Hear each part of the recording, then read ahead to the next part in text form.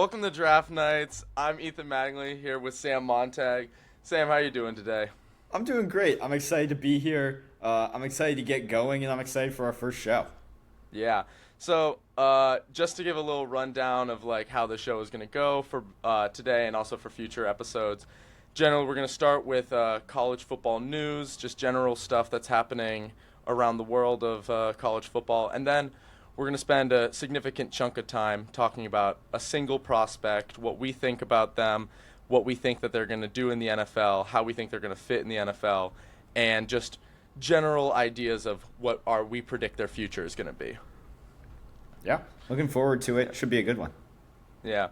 So actually, the very first thing I want to talk about, I saw this. There's an article that LSU was upping their NIL and revenue sharing budget up to 40 million. So before we get into our thoughts about that, do you want to guess what the last year's top five biggest NIL budgets were? Last year's top five combined, or just last No, year's? it's not top five. Just like top five, like what college football teams had the highest budgets. I want to say. I want to say they were all SEC, except I thought Ohio State had one that was higher, and they were all roughly in like the 20 million range, like 20, 30 Yeah. million. So number one was Texas at 22 and 22.2. Then it was Ohio State at 20.2. Then LSU at 20.1. Then UGA at 18.3 million, and Texas A&M at 17.2. And this year, LSU is bumping that number up to 40 million, almost doubling their NIL budget from last year. I mean, college football's changed. It's changed a lot. Yeah. Whether you agree with it or not, it's going to change the way that players move around in the NCAA. So it'll be an interesting year for sure. Yeah, like 40 million is such like a mind-boggling number that like the fact that it can like raise this quickly and by this amount is like kind of worrying because like how many years is it going to be until that number gets to like what 100 million, like 200 million, and then a bunch of teams are just like just not playable anymore. Exactly. Well, I was seeing a quote from one of the LSU donors who was saying, and I'm paraphrasing here, that you don't really make a dynasty anymore in 3 to 4 years like you used to. Now, 1 year and you can do it. So Yeah. it's going to be interesting to see how these teams adapt. A team like LSU already has a little bit of talent, I should say a lot of talent on it. And the idea that they're boosting their NIL money to $40 million is just out of this world. Yeah, and it's also like in other leagues like the NFL, NBA, we see they have salary caps. Like the best, even the richest teams like the Lakers, like can't spend significantly more than some of the poorer teams in the league, and that keeps like parity. Obviously, there are none of those restrictions in the NCAA right now. It's just like free for all. Whoever has more money and like has the ability to draw the players is just going to do it. There's like it's nothing else at this point. Yeah, it's definitely been interesting. There aren't a ton of regulations, which is definitely, and I think should be up for debate. I understand paying the players, and I'm definitely not against that. But the idea that teams like LSU and 4 of those 5 teams were SEC teams, the fact that they can do that type of thing is just going to cause an entirely different level of play to come out of the NCAA, where top 20 teams are all going to be incredible, and everything below that just won't have the talent that it needs. Yeah, like what again, like I was mentioning, like in 10 years time, if you're a prospect, like let's say you're a 4-star prospect and you get an offer from let's just throw out like Iowa. You can go to Iowa and they're like, yeah, "Hey, you can be a starter." But LSU is offering you more money to be like the third string because their NIL budget is like 3 times everyone else's. Like, why would you, like, maybe, like, if you want starting minutes, sure.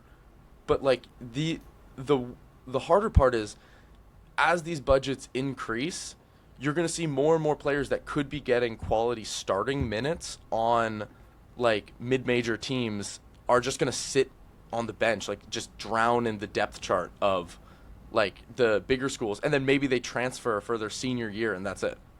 Yeah, it's going to be interesting to see.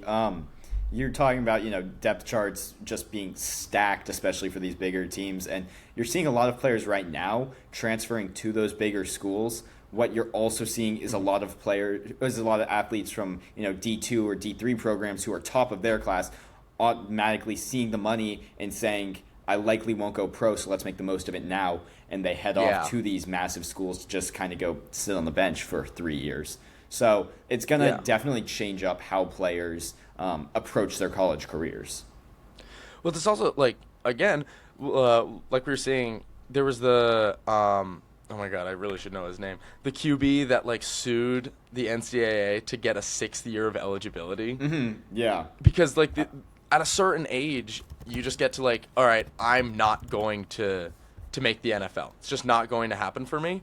So like I gotta make the money now, and so you're seeing like kids that are, I shouldn't even say kids, like 26-year-olds, like 24-year-olds still playing in the like college football.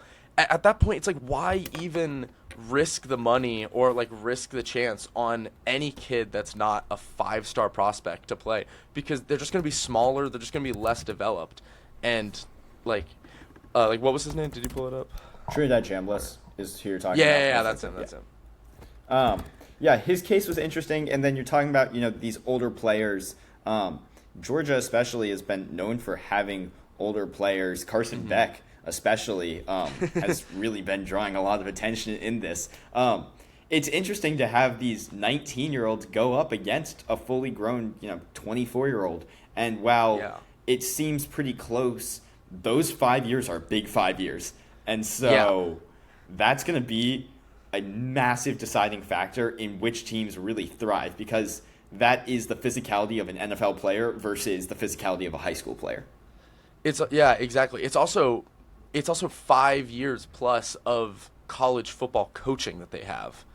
Like it doesn't matter if they're not like at the level to make the NFL, they still have had more coaching than any like kid, even a 5-star coming out of high school is going to have.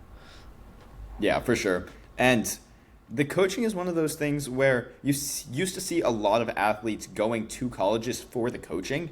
That's less of a thing now, which kind of, it hurts the sport a little bit, because Yeah. it used to be that good coaching could develop players for that long. I know especially here at Northwestern, head basketball coach Chris Collins talks a lot about how we develop players here. We had 3 starting freshmen on the roster this year.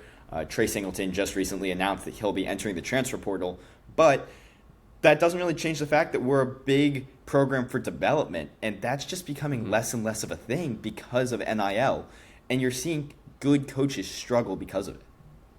And are you like there's also the second worry, which is that like teams that don't have the highest budgets right away, or like the teams that don't have maybe as big of a donor base, even if they get a good prospect, it's like who's to say that they're going to hold on to it?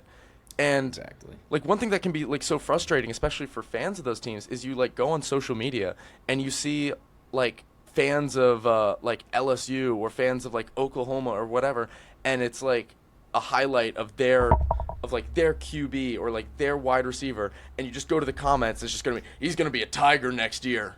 Can't wait for him to hit the portal and become a Bulldog. It's like, Right. dude, that's not good for the sport. Like not like every college football team is not a feeder school for the Big Ten or for the SEC. That's not how it should be. That's not how the sport thrives.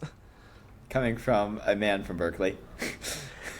Look, I was a little frustrated last year. Yeah, it was really annoying when like my friends who are in SEC schools were saying stuff like that. But I think that's where the coaching gap can make it up, where you have to be, if we're in such like a crossroads of college football where we're seeing teams that used to be nobodies, like no offense to Indiana, but before like their recent stretch, before this year and the year before that, Indiana was a historically bad college football Right. program, historically bad.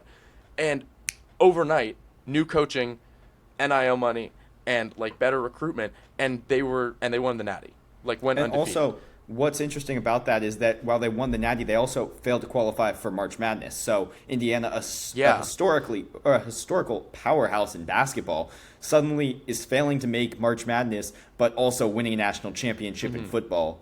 And you're seeing a lot of this happening all across the NCAA, where schools are putting a lot of money into their football teams. And typically they're doing it as well for their men's basketball, so a little bit strange that it was at such a drastic level for Indiana.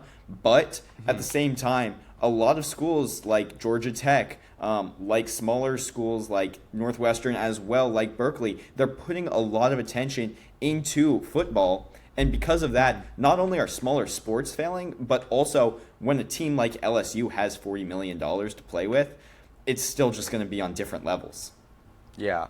It's like, again, like going back to the idea of like the crossroads, we're really rapidly seeing the teams that are willing to adjust and the teams that are going to fall away. Like historically great teams. Look at Clemson.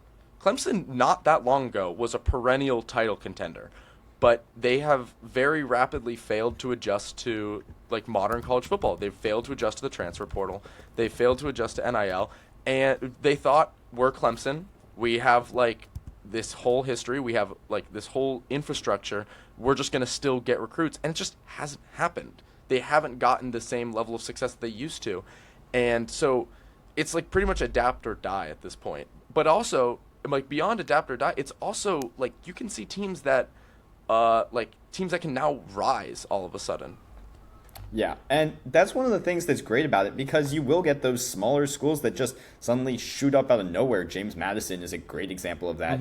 Whether you agree with the fact that they should have been in the college football playoffs or not, they were a very strong football program this year. And that's something that doesn't really happen before this era. So the idea that you can still have teams that show up out of nowhere, I think that's really good for the sport. I think the idea that a school like Tulane was really competitive this year, that's great for college football because that also lets people remember that while, yes, there are these SEC and Big Ten schools that are just powerhouses year after year, there are also schools that can build up. And that's just good for the sport. That's going to give hope to the fans. That's going to keep people watching. And that's going to keep college football strong in the future. But then at the same time, I want to get your take on this because I personally like I agree with you that it is good for the sport. But we then see like when James Madison or a Tulane gets absolutely smacked in the first round by whatever team they're going against, and you see all the comments on social media that are like, they shouldn't have been here in the first place. A Tennessee could have would have made this way more entertaining. Like you should just like replace it, put in like an SEC school, and like if you want real competition, and it's like. I see that, and all I can think is looking ahead and just being like, do you want every single slot in the college football playoffs to be the SEC? Like, because if that's the case, then what is the point for the smaller schools to play if they have no chance? Yeah, I mean, it's difficult because it's almost like a lose-lose situation in that scenario.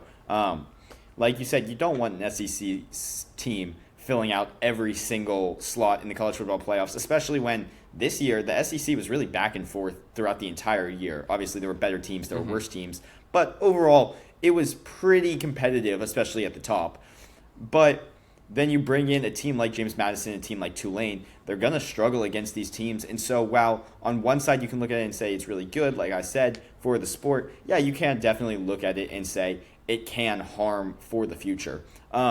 As for what's going to actually happen in the future, I think that's something that the committee especially really needs to look at because they don't have rules in place right now, I think, that are strong enough to really put that into clarity for the fans. So, I mean, this year especially, you had the Notre Dame problems. Things like that can't be happening. And because things like that can't be happening, there needs to be something written out that really describes how these things are selected and what teams need to do to accomplish those goals. Yeah, like there's a quote which is back when the college football playoffs was 4 teams, you saw teams that had 1 or 2 losses begging to be put in. And now that it's expanded, you see teams that have 3 losses begging to be put in. If you expand the playoffs, you're just going to have like 4 loss teams begging to be put in. At a certain point, you have to draw the line because it doesn't matter if you're in the SEC. It doesn't matter if you're Big Ten. It doesn't matter if you're in the ACC. If you don't win, you shouldn't be in the college football playoffs. And just because of the division the division that you play in gives enough of an advantage already. And I think fans, like specifically in this new era, need to recognize that going forward. Yeah, and I think that, kind of comes back to that idea of NIL money. Like you said, SEC schools already, in a way, have the upper hand. A team like Texas A&M, a team like, any of them are really going to thrive just much more easily than a team like Tulane because they're in a position where they already have that type of money that can draw in just really solid, good athletes. And so, yeah, they have kind of a leg up. And I fully agree with you. Like you said, it's about winning at the end of the day. And, if you can't win, then I don't think that you should deserve to go to the college football playoffs. It's that simple. I thought Alabama did a great job in their game against Oklahoma where they came back. But that doesn't change the fact that Georgia. But that doesn't change the fact that they had losses. And because they had losses, did they deserve it? You can make the argument that yes, because they're still, a powerhouse of a team. But at the same time, Alabama. Right. At the same time, when you're losing 3 games in the regular season, it's hard to make that argument. Mm-hmm. Yeah, and then that goes into a different conversation, which is talking about we're talking about conference championship games. Like, if you're Alabama in that position, you have 2 losses. You're firmly in the college football playoffs. You get the chance to go to the SEC title game, and you lose to Georgia. Then there's the argument of why should they be punished for playing an extra game? But then there's also the conversation of, well, you did lose that game. You might have played an extra one, but you did lose it. And we saw with Virginia. Virginia lost the ACC championship game, and they were too firmly out of the playoffs. I just want to get your take personally. What do you think should happen with these title games? I think that these title games are a reward to the teams that made it that far in the regular season. I think the idea that Notre Dame doesn't have to play in a title game because they're not in a conference, I don't think that's a problem, but I don't think that other teams should be getting punished for playing in a title game.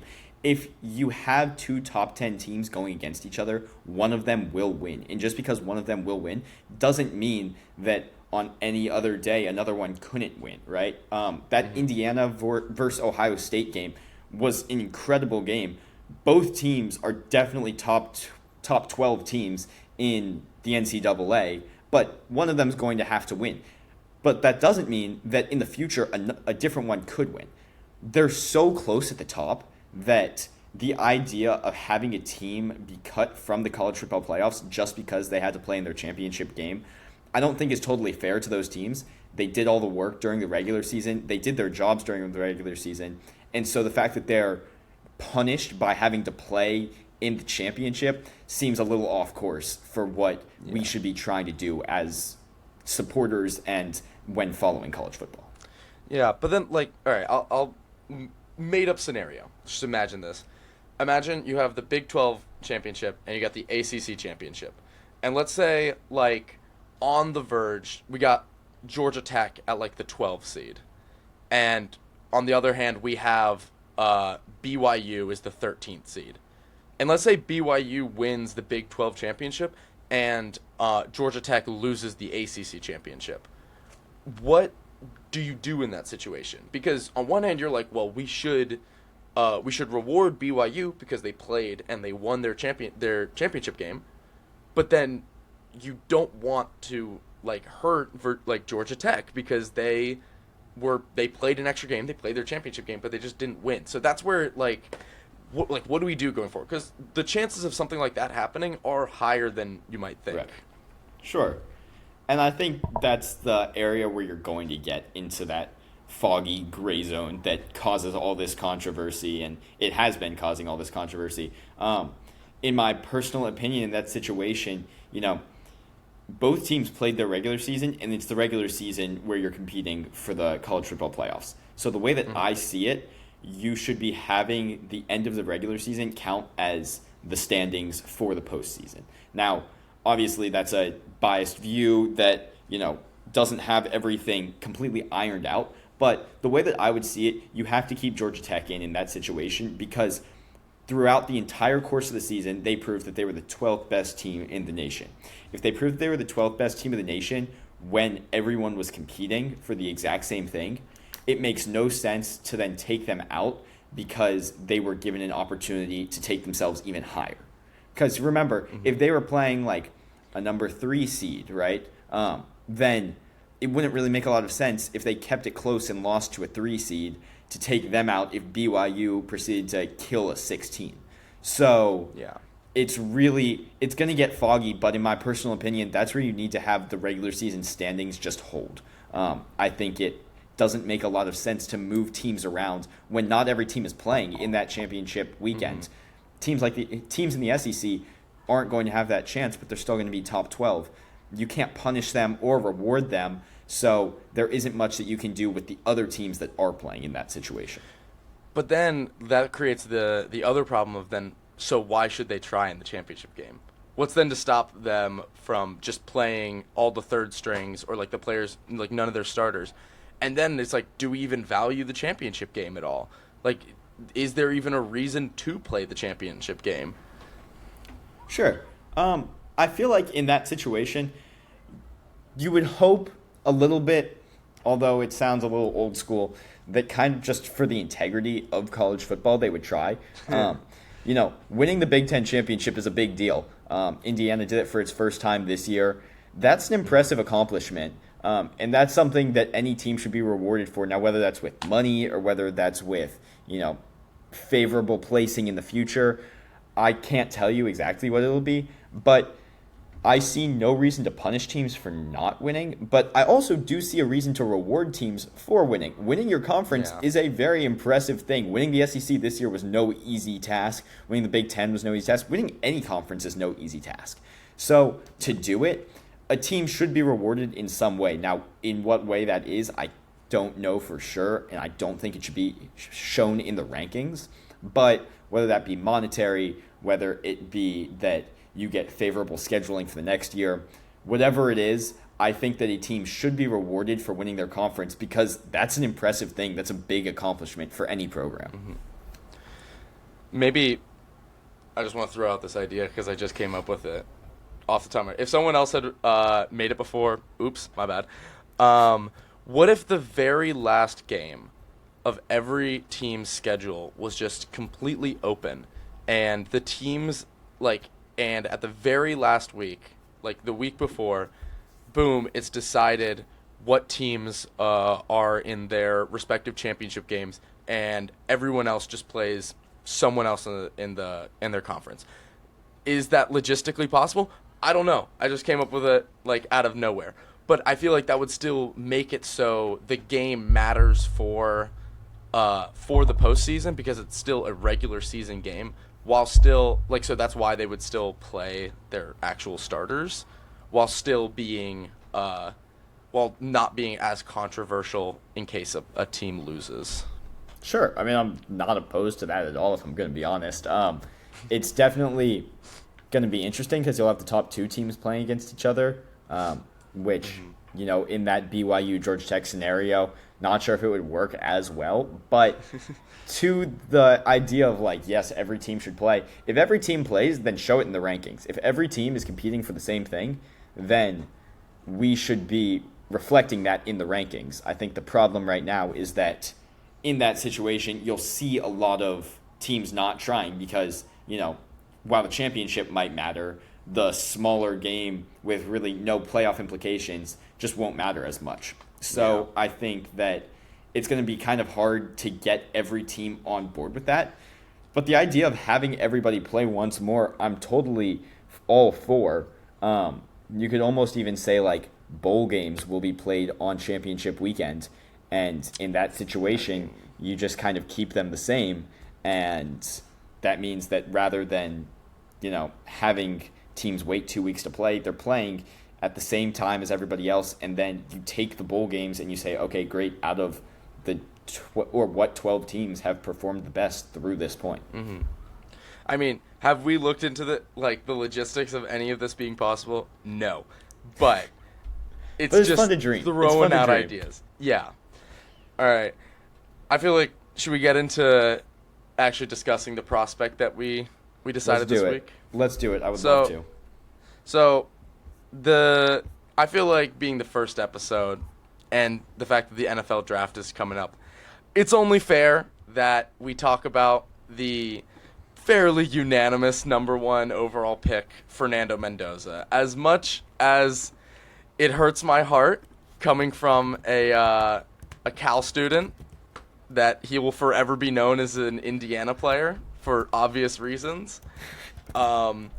He's definitely earned his spot as the number 1 prospect. Won the Heisman, as everyone knows, national championship, won everything there is to win in college football.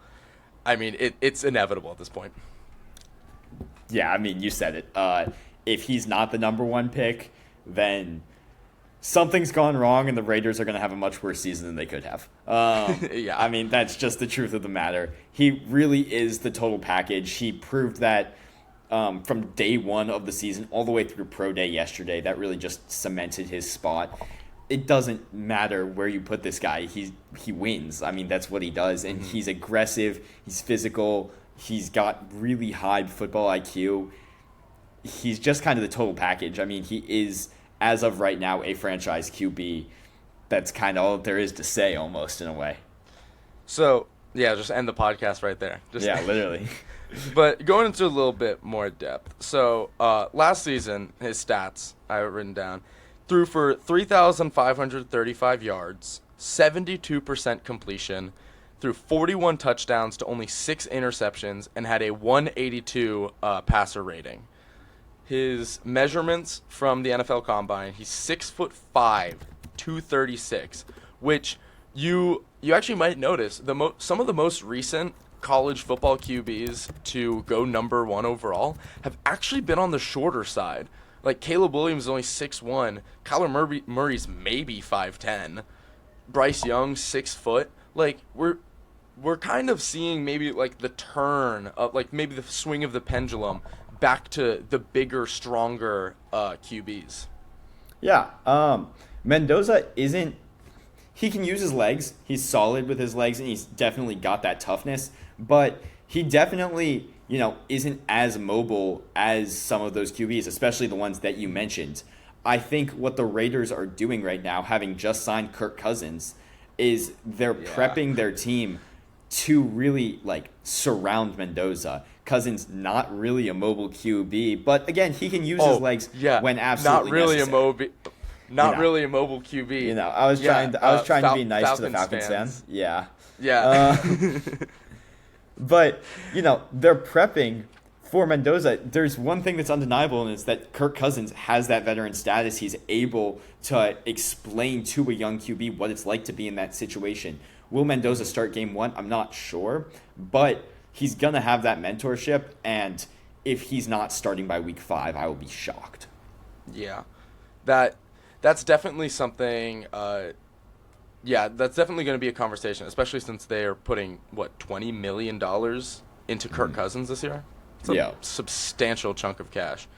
But going into the actual film breakdown of Mendoza, because we've talked a lot about what he's really good at, but we haven't really said why he's good at it. So I kind of want to start it off. The thing that people really harp on when you get asked, what is Mendoza good at? Biggest thing of all is his timing. He is always on time. He gets the snap, hits the top of his drop back. He's been scanning the field. Second he hits that back foot, bam, passes out. It's to the player. It's on time, always on time. He always knows where his player's going to be. He always knows where they are because he's constantly scanning. He doesn't panic. He really is able to it's almost like he's done the same throw 1,000 times. Yeah, and that's what you need from a really solid QB. That's why he found so much success in the college world. Along with that, he's so strong that, you're saying he's getting the ball out just in time. But he knows exactly where his receivers are going to be, and because of that, he can match that with his arm. He knows the playbook like the back of his hand. That's what you need. He's gonna be a young QB. There's no question that he'll have his struggles in the NFL. That's just how it's going to be. But the fact that he's coming in knowing that with teams knowing that he can be so well prepared for a game and then combine that with his athleticism, that's really going to be an asset for presumably the Raiders. Because you need a QB, especially when they're young, to already have that IQ and already be aware enough to know exactly when to get the ball out and exactly where to hit their targets. Yeah, because we'll get into some of his limitations later, but really with Mendoza and with his timing, it's all about his accuracy. Like when people talk about accuracy with QBs, there's this like assumption that that's straight away, oh, it's their completion percentage. And while Mendoza's completion percentage is obviously incredible, 72% is absurd, even for college football standards. When I say that he's really accurate, if you watch the plays, especially his game against Oregon in week 6, or was it week 6? Like whenever their 6th game of the season, he like when he throws the ball, he puts it in the exact spot that only his receiver can get to. Because even if a player is really well covered by a defender, if you put the ball, like, for example, if they're running to the outside, and Mendoza does this a lot, he'll throw a back shoulder throw, which is, in case you don't know what that is, it's where the receiver, instead of moving to the, it's like where they turn around, like, so that the ball would go over their like opposite shoulder from where they would be facing, and that creates enough space that the defender, even if they're completely blanketed, is not going to get there unless it's like perfect coverage. And that's where his accuracy comes in. If he's able, and he has shown that he's able, to consistently hit players like on that back shoulder, or what we'll see a lot is on like hitch routes, he'll lead his receivers away from possible contact. That is like that's a sign of a consistent player. He's not putting his players in danger. And I just want to get your take. Like, do you think that that level of accuracy is going to be like if that was his only trait, would that be enough to make him a starting QB? Yeah, I mean, well, to go to your point about the accuracy to the players, I mean, there's no time that I can think of that's a better example of that than the Indiana versus Penn State game when he hit Omar Cooper genuinely perfectly. Like, there was not any better spot to put it. So, yes, when you're talking about that type of throw, to anybody listening, go watch that play to finish off the game, the Indiana game against Penn State. That is exactly what we are talking about. And do I think that his accuracy alone can do it? No, I don't. And here's why I say that. Because when you get to the NFL, there are players that are going to have the type of perfect coverage that you were talking about. The defensive backs are just simply next level, quite literally. So, no, I don't think that his accuracy alone can do it for him. That being said, however, when you take his accuracy and you combine it with his IQ, alone can get him into the NFL. The fact that he's smart enough to read a coverage that fast, by the time that he's on his back foot, he knows where his receivers are, where the coverage is, and how to get those completions and how to just pick up yards play after play. That's going to serve him super well in the NFL, and that's going to give him just a slight edge over the defensive backs in the NFL where other college or rookie QBs might struggle a little bit more. Yeah. He doesn't also one thing that I found while watching some of his film, when Indiana would get into must have it like passing downs, like the 3rd and longs, like a 3rd and 6 or more, Mendoza doesn't he doesn't force a pass that could create an interception. He likes to do, like, if he needs to, he'll throw it away. Or he'll purposely target, like, a crossing route away, maybe like as far away from the defender as he can put it accurately, or they'll do a little or a hitch route right, okay, or a hitch route in between the zones. He doesn't want to. He doesn't want to force it. He doesn't want to create a possible turnover situation. But we see in the NFL, not turning the ball over isn't enough. Like, look at Josh Allen. Josh Allen turns the ball over like a fairly large amount of the time. We saw a couple years ago he had 15 interceptions, and he's still a like top QB. Do you think that him maybe not being considered super aggressive in those gotta have it downs is something that he can leave behind in college, or do you think he shouldn't leave it behind? I think that mentality and that trait served him super well in college, and that's why I think that the Mendoza Kurt Signetti combo was just so dynamic, because that play style really does come from Kurt Signetti. It's the smart play style that isn't trying to force anything, but don't make any unforced errors. And especially, like you said, in college, unforced errors are going to be what kills you. If you can just keep a drive alive more and more, then there's no way that you can lose in college. But to your point about the NFL, it's going to be difficult for Mendoza to adapt, but I think that right now he has a really good foundation for the NFL. Because you can teach a player to be more aggressive, but it's really difficult to teach them to be less aggressive. You see it in a QB like Jackson Dart, who just consistently runs over and over. And while he's good on his feet and he's fun to watch for sure, it's going to cause him injuries in the future. And we saw it in his rookie season. It's already causing him injuries. So it's hard to take a player and make them less aggressive, but you can look at a player like Mendoza and say, hey, even though you're used to not taking a lot of risks, sometimes you have to take that shot and sometimes you have to go for it, because that's really going to be where he's going to start to thrive once he's able to take calculated risks. Right now, you don't even see him taking any, which is great for the college sense, but going to have some drawbacks in the NFL.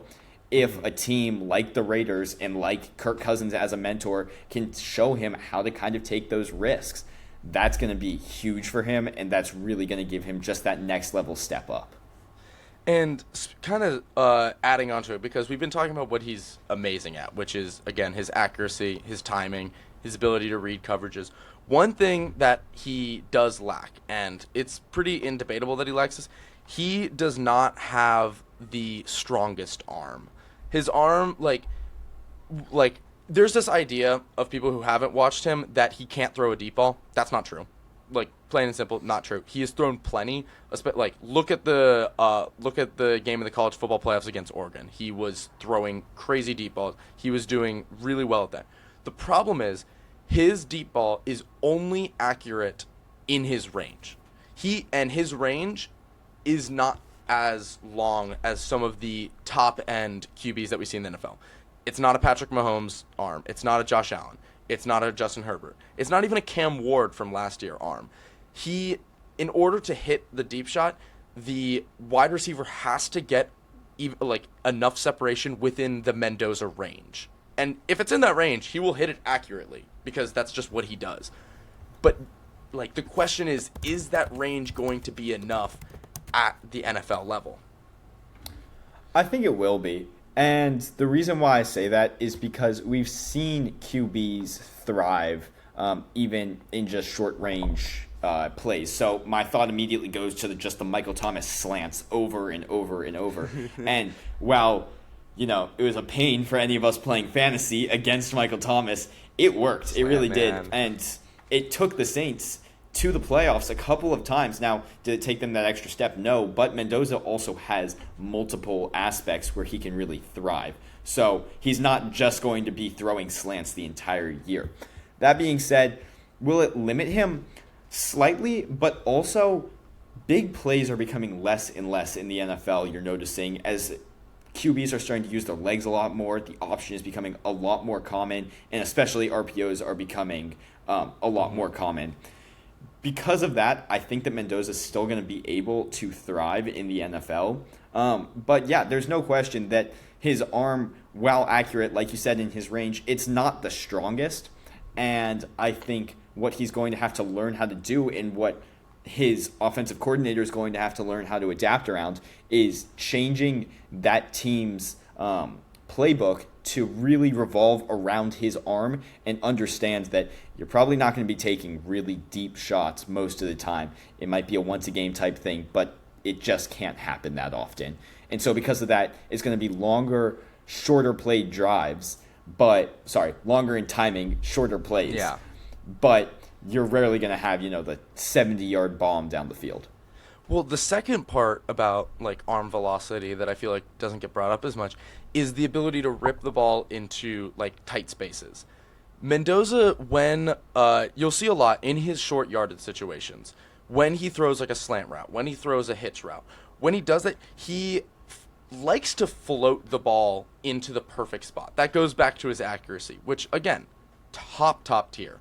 But he doesn't like throw like a rocket right into that spot. He likes to float it into the bucket. And that's where I personally get a little bit worried about at the next level. Again, watching Kirk Cousins, it's relevant because he's on his team.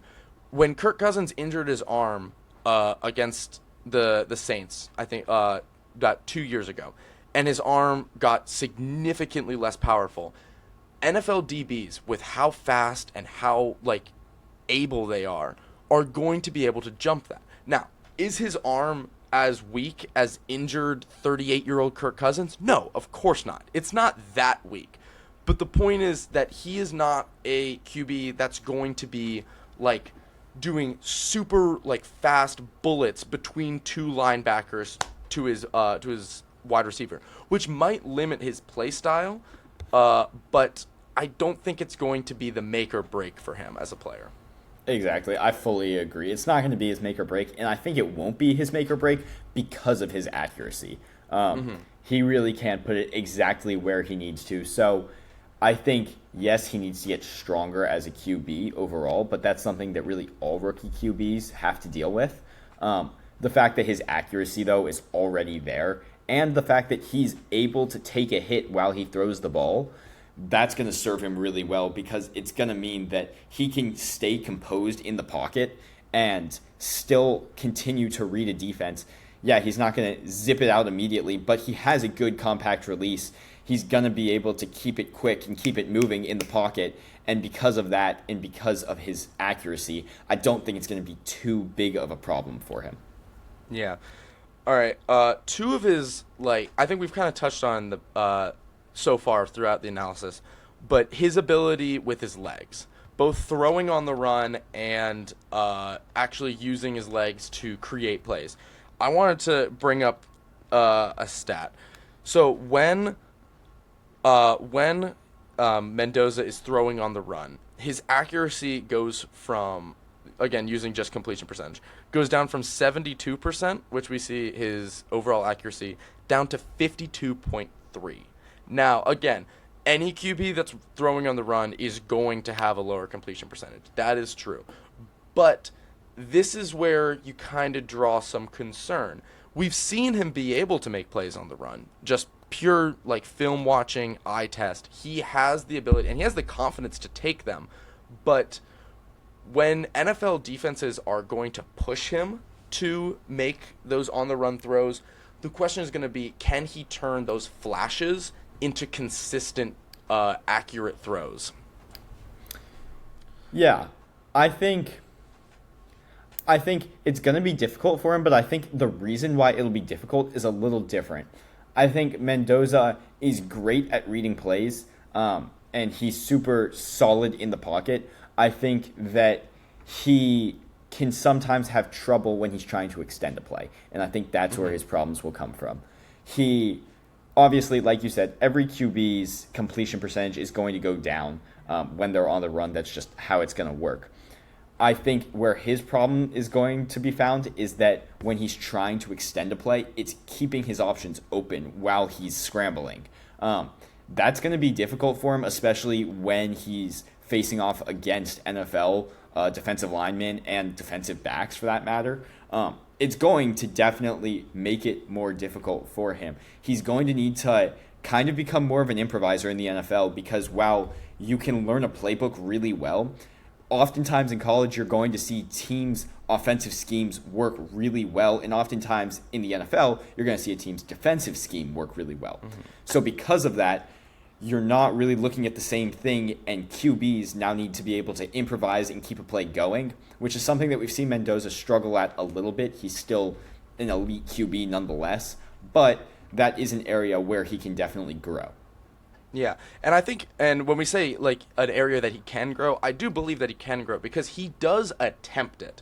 I mean, this is a completely different sport, but one of the key ways that NBA scouts see what college players will be good 3-point shooters are pretty much like just attempts, because you want to see that they have the confidence to be able to put up a lot of shots. And Mendoza does attempt on the run throws. He attempts bootleg throws. He attempts those like back foot throws that you see like a Mahomes or a Caleb Williams do. He is putting them up. Are they as accurate as those guys? Of course not. But he is still like putting up this shot. And that goes kind of into another point, which is according to the NFL, his completion percentage when facing pressure, like direct pressure in his face, goes down to 50%. Now, again, just like on the run, a QB's completion percentage is always going to drop when there's pressure. That's just the nature of the game. However, from actually watching Mendoza's film, I don't think this is going to be a problem in the NFL because his arm talent, his ability to throw off platform, his ability to change his arm angle and his release angle when he throws to go around a defender or to go around a lineman's arm is top level. This is not, I personally think that this is not being brought up enough. He is able to change his arm angle, like, not to the extent of the, like, again, the Mahomes, the Williams, the, like, Josh Allens of the world. Not at that level, but he's not the pure pocket passer that people are making him out to be. I love Matt Ryan. Matt Ryan's my favorite QB of all time. I'm a diehard Falcons fan. Matt Ryan couldn't change his arm angle to go around defenders. He wasn't Matt Stafford like side arming it in. And we see Mendoza attempt those passes. So when he gets this label of being like the pocket passer, do you think that that's really accurate, or do you think he might be something else? Well, I think it's difficult to really categorize him as a pocket passer or not right now. And the reason why I say that is because Indiana's O-line was out of this world. When you're having an O-lineman in Pat Coogan win MVP of the Rose Bowl, that just doesn't happen. So I think the reason why he receives this archetype as a pocket passer is because there's no reason for him to leave the pocket. I mean, he's not going to get sacked. It's just not going to happen. His O-line is just dominant. And I think that's going to be something that we see shift significantly once he arrives in the NFL. I mean, if he goes to the Raiders, there's a much higher chance that he's going to get sacked. It's just going to happen more. And so that's going to be something that you're going to see evolve with him, especially through his first year. And that's going to be one of those things that takes a full year to develop. So while, yes, you won't see a lot of success with that specifically, I don't think in the first year, you will see a lot of growth with it. And he's already doing it, like you said, a little bit. He isn't the most accurate with it, but he can make it work. I'm thinking of plays against UCLA where he was scrambling out of the pocket to find receivers downfield. It does happen. It doesn't happen as often as it could have because of how solid his own line was. But I think it's a little unfair also to judge him on that quite yet, given as how he hasn't really had a reason to scramble outside the pocket and try and make those plays work. He's been smart, he's stayed in the pocket, and he's used his O-line to his advantage. Yeah. All right. I don't even want to say alluded to it. We've just straight out said he's going to be a Raider because by all means he's going to be a Raider. Typically for future episodes, we're going to discuss the teams that could draft these prospects and like how we think they're going to fit on each team. But when it comes to Mendoza, there's only one team. It's going to be the Las Vegas Raiders. So I pulled up. So I went deep into the into the research of the NFL, particularly the offense that Mendoza's future head coach, Klint Kubiak, ran in Seattle. So I'm going to read out a lot of statistics, but I promise I'm going to bring it all back. So, under last year in Seattle, again, under Klint Kubiak, they were third in the NFL in play action success rate. They were successful in play action passes 57.3% of the time. They were second in the NFL in play action touchdowns with 14. And they were first in EPA, expected points added, per dropback in play action, which was 0.37. That basically, if you don't know what EPA means, that means every single time they had a play action dropback, their team effectively added 0.37 points to their final score, which really, really good. It was first in the NFL. But all of this is saying, all of this success in play action, they only ran play action. They ran play action the 22nd most in the NFL, only 14% of the time. So we're seeing under Kubiak a highly, highly, highly efficient and successful play action offense that's not used very often. And why is it not used very often, you might be thinking? It's because of how much they run the ball. Last season, Seattle was first in run call rate. They ran run plays 48.7% of the time. Almost 50% of the time they ran an offensive play, they ran it. They were second in run action rate, where they had the running back moving in before the play at 62.8% of the time. And they were fifth in runs outside the tackles, so like a wide zone or an outside zone, which they ran 57% of the time. And I know I've just thrown out a lot of stats, and a lot of that like probably got lost in translation, but basically what it effectively means is the Klint Kubiak system revolves around a lot of running the ball and a very successful play action passing attack. And Sam, what do you like? How do you think that is going to work in the Raiders system without Mendoza? Just imagine they're using Kirk Cousins. How do you think that's going to translate? I think that if the Raiders are to not draft Mendoza, they're going to see a lot of the same of what they saw last year. They have a solid running back in Ashton Genty, who is putting up good yards. He had 975 last year. And that's solid. That's going to be good. But that doesn't change the fact that they don't really have a leader right now. And Kirk Cousins, I'm just not sure if he's that guy for them. He has the experience. He has the talent. He even has the leadership. But that doesn't change the fact that Cousins is a veteran at this point, and he's an older veteran too. You can't really count on him for the future. And as a team, you need to be able to rally around one guy that's really going to rise to the top. So in that sense, I don't think that a lot's going to change. Now, for the playmaking aspects, they can run the ball to Genty. They can keep that going.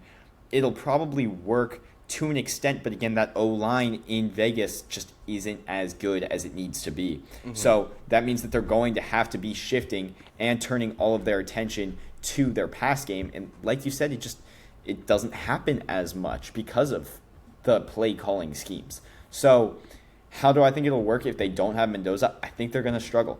I think that they will struggle about as poorly as they struggled last year, because with wide receivers like Jalen Naylor and Jack Beck, it's just not going to work that well. You can't really continue to thrive like they did in the Devontae Adams period, who, even Adams didn't have his best years at the Raiders. It's just been a while since they found. It's just I need to get out of here before I lose my life. Whoa, what a quote he said. Just a wild statement to That's make. That's a crazy quote. Imagine being a Raiders fan and hearing your star wide receiver say that. I mean, but so it's the reason why bring down morale for the team. Yeah, the reason why I bring up all of those stats about the Kubiak system before mentioning Mendoza is because of there's one last stat that I didn't bring up.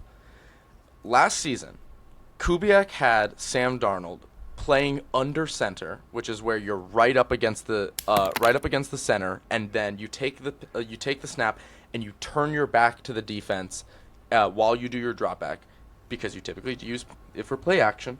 He had Sam Darnold under center 52.6% of the time. Do you want to take a guess how, like, what percentage of the time Fernando Mendoza was under center last year? There's no way it was that often. They ran such a shotgun heavy offense. Like 20% maybe? It was 3.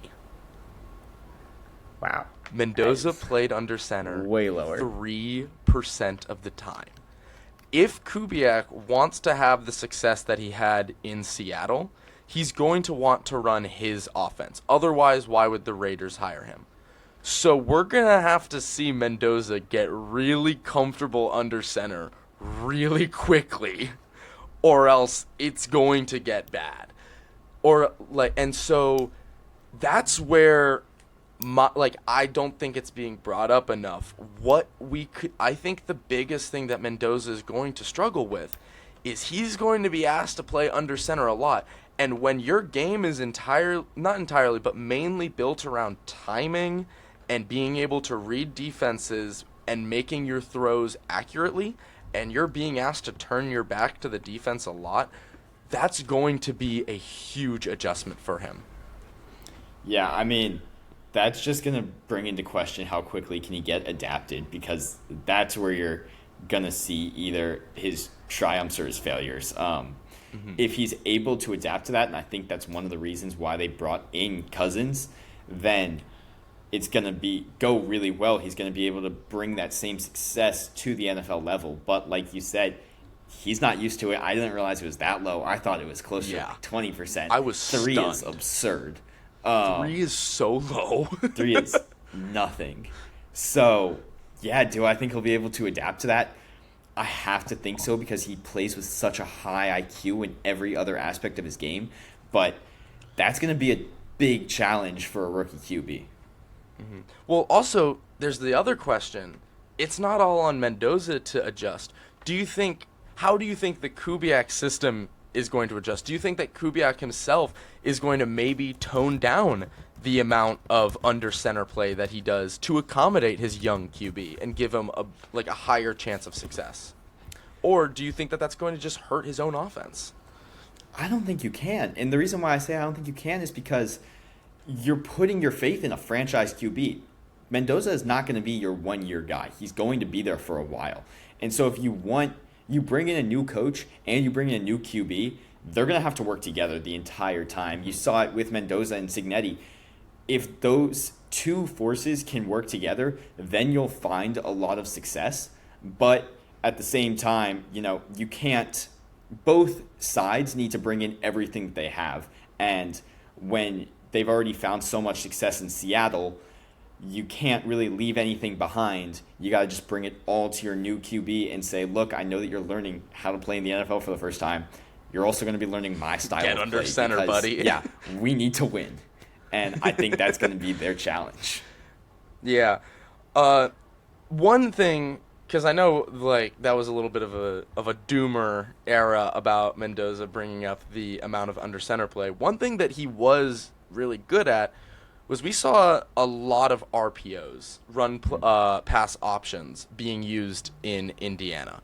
And while they're not the exact same thing, obviously, play action passes and RPOs are not that different when it comes to the overall goal, which is tricking the opponents into either going for the pass or going for the run. Do you think his amount of RPO usage will allow him to become an elite play action passer early on? I think it'll significantly help.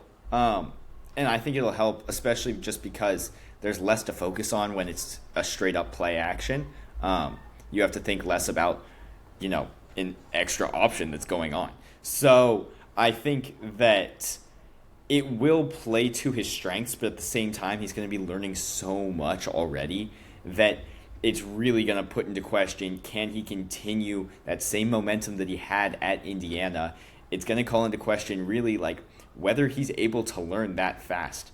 And while play actions might be an easier part of what he has to learn, overall, the idea that he has to learn how to get under center over 40% more than he has been in the past, that's going to be a big question, and that's going to be something that is not going to adapt in just 1 year. That's why he's going to be that franchise QB, because he's going to need time to adapt to that. But the other question is he even going to have time? We're seeing more and more young QBs given less and less time. Anthony Richardson was given very little time. Bryce Young was almost thrown to the curb. He was barely given more time. Baker Mayfield got thrown out of Cleveland after one season. Do you think the Raiders as an organization that has been without the playoffs since 2016, since 2020, and has not won a game in well over a decade in the playoffs, do you think that they might be more enticed to rush Mendoza's development? Do you think that they're going to give him that time? I think they'll give him the time. I think they're going to want to expedite it for sure. But we've been seeing QBs get, 2 years, maybe 3 years right now. I think they're going to be willing to give Mendoza even a little bit more time. When you bring in a new coach and a new QB at the same time, that's where you're going to have to just let things develop, and you're going to have to build a team around that. We saw it with the Browns a while ago when they brought in Baker Mayfield. You had to let the team develop around that, and while Baker didn't find his success eventually, they kept him for a long time. I want to say he was at Cleveland for 5 or 6 years at least. So the idea that, yes, it might take Mendoza some time, and teams are now rapidly moving their QBs in and out, I don't think that's going to be the case for Mendoza, simply because the Raiders need him so badly, and the Raiders need to find success so badly that they can't just keep shifting their QBs. Otherwise, and I hate to say it as a Giants fan, they're going to end up like the Giants, and no organization wants to see that, because, we've been through the dog days at this point, and I'm hoping that Jackson Dart is the savior, but it's been rough. Yeah. Well, another thing, again, something that we haven't even brought up in the whole development cycle, we mentioned Cousins. We haven't brought up the fact that Tom Brady is an owner of the Raiders. How does that even play into it all? No one knows. We don't know how involved he's going to be. We don't know how much he's going to, can he even teach, Fernando Mendoza? Can he, is he going to teach Mendoza? What is his, how does Tom Brady play into all of this? That's a whole different podcast episode. That's going to be an interesting role. It'll be strange because, love him or hate him, he's definitely the most successful, and it pains me to say it, maybe the best QB of all time, Maybe. Yeah, maybe. I know. He lost twice to Eli Manning in the Super Bowl, so take it for what it's worth. He didn't lose to my team. As an unbiased Giants fan, he lost twice. But no, it's going to be interesting for sure. I think right now the focus is going to be on that new coach QB setup. You can't bring a new owner in also and say that he's going to play such a big role. That doesn't mean that he can't be mentored a little bit, that Mendoza can't be mentored a little bit, but it's hard to look at a team and say they got a new owner, what's he going to play, even when it is Tom Brady in the first few weeks. Now, later into his development, sure, maybe then he'll start, learning some more in-depth things from Brady. But for right now, I think the focus is going to be on that coach QB development. Yeah. All right. To the final point I think we should talk about are some of the free agents and also the young players that will be around Mendoza. So I actually don't have the list of free agents. Could you pull it up while I talk about the players that they do have? When we talk about the weapons that are going to be coming in for specifically on the offensive side for Mendoza, he has Ashton Genty, already mentioned, amazing running back. His stats might look down compared to a typical NFL running back, but if you look at his yards after contact numbers, it's basically the same as his actual yards number, which means that his O-line was giving him no space to operate. The fact that he almost got 1,000 yards last season behind that offensive line is astonishing. The second major weapon, Brock Bowers. Brock Bowers' rookie season at tight end with Jimmy Garoppolo throwing to him was astonishing. He is already he yaks up so many yards. He gets so many receptions.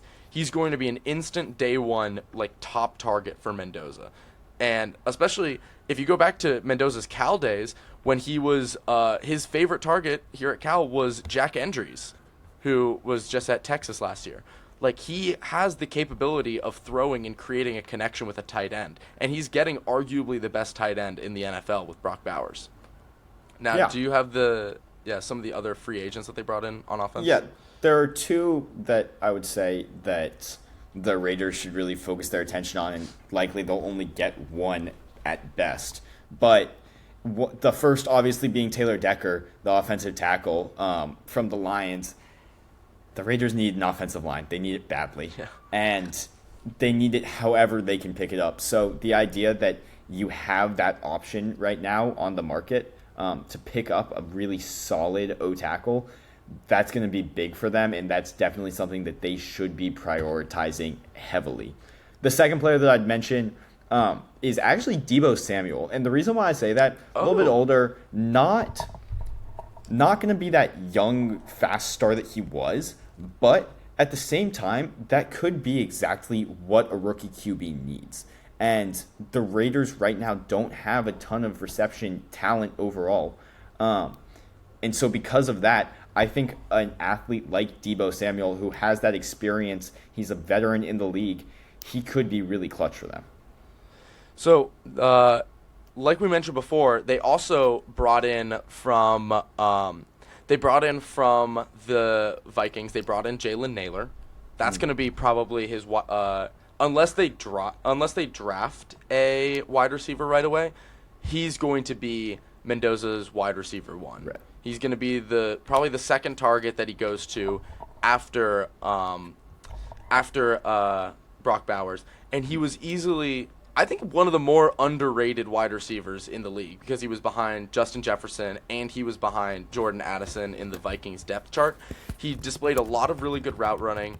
He's fast. He's way faster than people really think. I think with the Kubiak system, he could very well be in for a breakout season. I can get on board with that, yeah.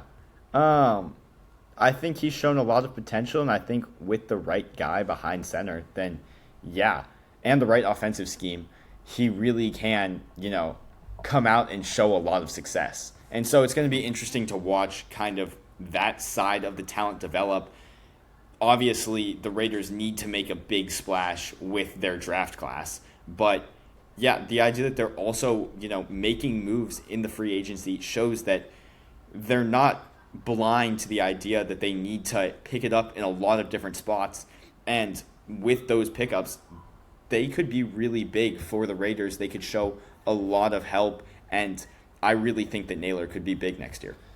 And I think we've kind of tiptoed around it, mentioning a lot of the under center rate that Kubiak had, the center that he's going to be using.